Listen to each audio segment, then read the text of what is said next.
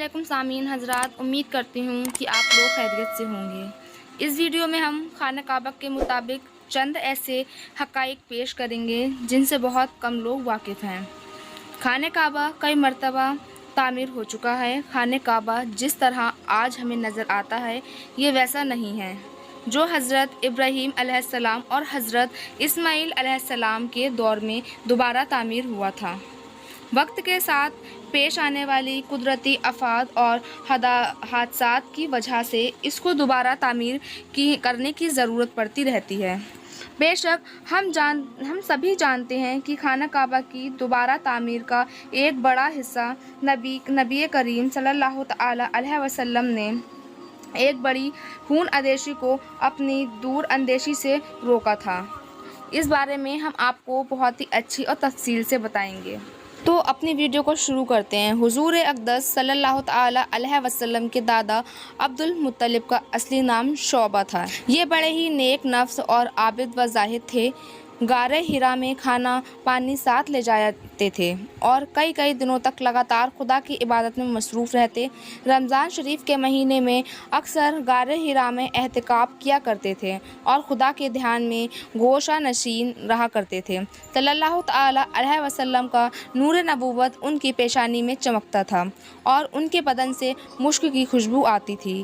اہل عرب خصوصاً قریش کو ان سے بڑی عقیدت تھی۔ مکہ والوں پر جب بھی کوئی مصیبت آتی یا قحط پڑ جاتا تو لوگ عبد المطلب کو ساتھ لے کر پہاڑ پر چڑھ جاتے اور بارگاہ خدا بندی میں ان کا وسیلہ بنا کر دعا مانگتے تھے تو دعا مقبول ہو جاتی تھی۔ یہ لڑکیوں کو زندہ غرقور کرنے سے لوگوں کو سختی سے کے ساتھ روکتے اور چور کا ہاتھ کاٹ ڈالتے تھے اور درخواست خان سے پرندوں کو بھی کھلایا کرتے تھے، اسی لیے ان کا لقب متعامل طور پرندوں کو کھلانے والا ہے۔ شراب اور زنا کو حرام جانتے تھے اور عقیدہ لحاظ سے موحد تھے۔ زمزم شریف کا کنواں جو بالکل پٹ گیا تھا، آپ ہی نے اس کو نئے سرے سے کھدوا کر درست کیا اور لوگوں کو آب زمزم سے سیراب کیا۔ آپ بھی کعبہ کے متولی اور سجادہ نشین ہوئے۔ اصحاب فیل کا واقعہ آپ کے وقت میں پیش آیا۔ 120 برس کی عمر میں آپ کی وفات ہوئی۔ حضور اکرم صلی اللہ تعالی علیہ وسلم کی پیدائش سے 55 دن پہلے یمن کا بادشاہ ابرہہ ہاتھیوں کی فوج لے کر کعبہ ڈھانے کے لیے مکہ پر حملہ آور ہوا۔ اس کا سبب یہ تھا کہ ابرہہ نے یمن کے دارالسلطنت صنعا میں ایک بہت ہی شاندار اور عالیشان گرجا گھر بنایا اور یہ کوشش کرنے لگا کہ عرب کے لوگ بجائے خانہ کعبہ کے یمن آ کر گرجا گھر کو حج کیا کریں۔ جب مکہ والوں کو یہ معلوم ہوا تو قبیلہ کنانہ کا ایک شخص گیجو غضب سے جل بھن گیا اور یمن گیا اور وہاں کے گرجا گھر میں پائخانہ پھر کر اس کو نجاست سے لت پت کر دیا۔ جب ابرہہ نے یہ واقعہ سنا تو وہ طیش میں اپنے آپے سے باہر ہو گیا اور خانہ کعبہ کو ڈھانے کے لیے ہاتھیوں کی فوج لے کر مکہ پر حملہ کر دیا اور اس فوج کے اگلے دستے نے مکہ پر حملہ کر دیا اور اس کی فوج نے اگلے دستے نے مکہ والوں کے تمام اونٹوں اور دوسرے مویشیوں کو چھین لیا۔ ان میں سے 200 یا 400 اونٹ عبد المطلب کے بھی تھے۔ عبد المطلب کو اس واقعے سے بڑا رنج پہنچا، چنانچہ آپ جب اس معاملے میں گفتگو کے لیے اس کے لشکر میں تشریف لے گئے، جب ابرہہ کو معلوم ہوا کہ قریش کا سردار اس سے ملاقات کرنے کے لیے آیا ہے تو اس نے آپ کو اپنے خیمے میں بلایا اور جب عبد المطلب کو دیکھا کہ ایک بلند قامت اور روابدار اور نہایت ہی حسین جمیل آدمی ہے جن کی پیشانی پر نور نبوت کا جوہر جلال چمک رہا ہے، تو سورج دیکھتے ہی ابرہہ مرعوب ہو گیا اور وہ اختیار تاش شاہی سے اتر کر آپ کے ہی تمیز و کریم کے لیے کھڑا ہو گیا اور اپنے برابر بٹھا کر دریافت کیا کہ کہیے سردار قریش، یہاں آپ کی تشریف آوری کا کیا مقصد ہے؟ عبد المطلب نے جواب دیا کہ ہمارے اونٹ اور بکریاں وغیرہ جو آپ کے لشکر کے سپاہی ہاک لائے ہیں، ان سب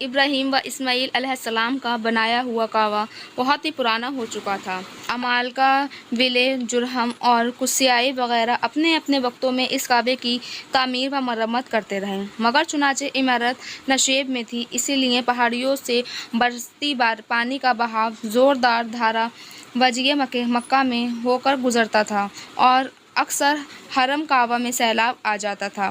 کعبے کی حفاظت کے لیے بالائی حصے میں قریش نے یہ طے کیا کہ عمارت کو ڈھانک کر پھر سے کعبے کی ایک مضبوط عمارت بنائی جائے جس کا دروازہ بلند ہو اور چھت بھی ہو۔ چنانچہ قریش نے مل جل کر اس تعمیر کا کام شروع کر دیا۔ اس تعمیر میں حضور صلی اللہ تعالیٰ علیہ وسلم بھی شریک ہوئے اور سردار قریش نے دوش بدوش پتھر اٹھا اٹھا کر لاتے رہے اور مختلف قبیلوں نے تعمیر کے لیے مختلف حصے آپس میں تقسیم کر لیے۔ جب عمارت حجر اسود تک پہنچ گئی تو قبیلہ میں سخت جھگڑا کھڑا ہو گیا۔ ہر قبیلہ یہی چاہتا تھا کہ ہم ہی حجر اسود کو اٹھا کر دیوار میں نصب کریں تاکہ ہمارے قبیلے کے لیے یہ فخر و اعزاز کی بات ثابت ہو۔ یہی کشمکش میں 4 دن گزر گئے، یہاں تک کہ نوبت پہنچی کہ تلواریں نکل آئیں۔ 5ویں دن حرم کعبہ میں تمام قبیلے عرب جمع ہوئے اور اس جھگڑے کو طے کرنے کے لیے ایک بوڑھے شخص نے یہ تجویز پیش کی کہ کل جو شخص صبح سویرے سب سے پہلے خانہ کعبہ میں داخل ہو اس کو ہم پنچ مان کر اس کا فیصلہ جو ہوگا اس کو منظور کر لیں گے۔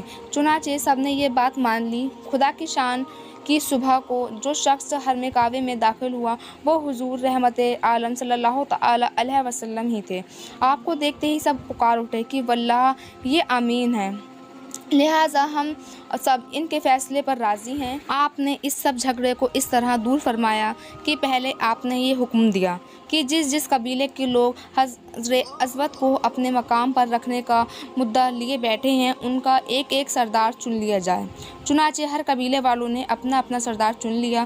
پھر حضور صلی اللہ تعالیٰ علیہ وسلم نے اپنی چادر مبارک کو بچھا کر حجر اسود کو اس پر رکھ دیا اور سرداروں کو حکم دیا کہ سب لوگ اس چادر کو تھام کر مقدس پتھر کو اٹھائیں۔ چنانچہ سب سرداروں نے چادر کو اٹھایا اور جب حجر اسود اپنے مقام تک پہنچ گیا تو حضور صلی اللہ تعالیٰ علیہ وسلم نے اپنے مبارک ہاتھوں سے اس مقدس پتھر کو اٹھا کر اس کی جگہ پر رکھ دیا۔